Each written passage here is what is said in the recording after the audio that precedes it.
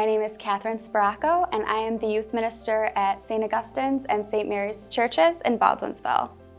My call to holiness came when I was very young. I belonged to a wonderful parish, Blessed Sacrament Church in Johnson City. It was such a great parish to grow up in. We had two amazing priests, Monsignor James Kane and Father Tim Taher, and they had such an authentic faith and were very passionate about what they believed in. And it ignited a spark in me and made me want to dig deeper into my faith and share that with others. It made me just fall in love with God, and I really wanted to do what they did. And I knew as a lay person and as a woman that I would be able to do that in a very special way. And so that became my mission. After I was confirmed, I became a catechist. I taught second grade, which was so much fun and special since they make their first communion. And then after I graduated from high school, I chose to go to Lemoyne College. I really wanted to go to a Catholic college, and I wanted to remain in the Diocese of Syracuse because I wanted to continue serving in this diocese. The same diocese Monsignor Kane and Father Tim were ordained in, and the diocese where my love of Christ first began.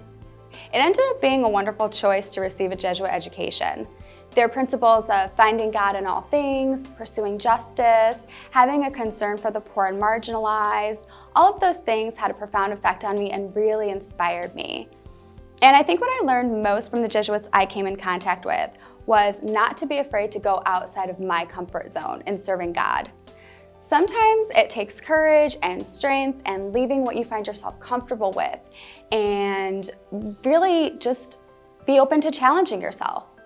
So after I graduated from college, I decided to get involved with jail ministry as a visitor advocate. You visit people in jail awaiting trial. I had heard about the program while I was teaching confirmation, and I thought it sounded like a great way to serve people who really had nothing. And it was way outside of my comfort zone, which I thought I was prepared for. It sounded like a great idea, and I was excited during the training. But when I was done with the training and actually ready to go visit an inmate by myself for the first time, I was like, what have you gotten yourself into? I was actually very scared to start doing it. And I was like, Kathryne, why couldn't you just become a lector, like a normal person? I almost didn't do it, but I did feel like God was calling me to do that. And I knew I had to answer that call. So thankfully, God gave me the courage I needed. And I'm so glad I did because it was one of the best ministries I've ever been involved in. I'll never forget the first inmate I ever visited and just thinking, what are we even going to talk about? But as I visited that inmate week after week, I realized something. As I looked into the eyes of that inmate, I realized that I was being called to see Jesus in that person. And I was able to see God in that person.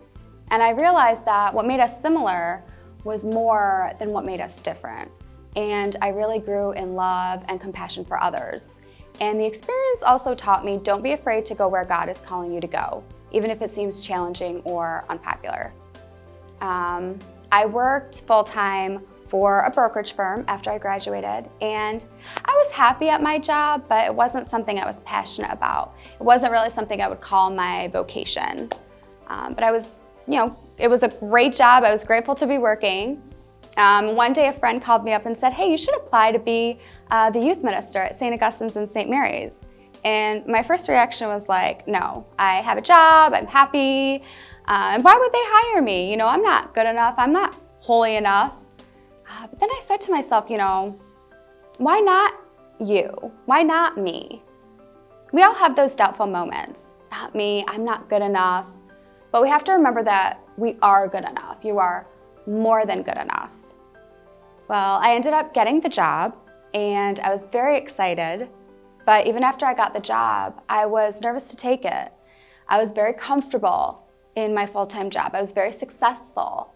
I was nervous to leave that, and I almost didn't say yes.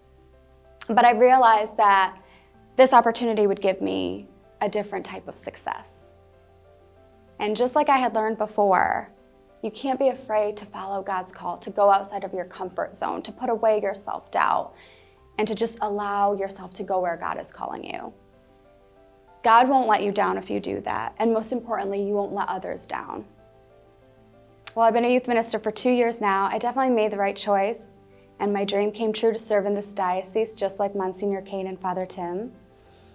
It's been an experience better than I could have ever imagined, and it proved to me that God's plan for you is just way better than anything you could have had planned for yourself. As a youth minister, you're not just working with teens, you're also working with parents, volunteers, parishioners, and people at all stages of their lives and of their faith journeys. And in the same way that Monsignor Kane and Father Tim didn't realize something small that they did or said ignited a spark in me, I never know if something I say or something I do is going to ignite that spark in someone else. And so I look at every single opportunity and every single interaction as an opportunity to ignite that spark in someone else. I think that when you're doing what God calls you to do, you'll know. It won't mean that every day is easy.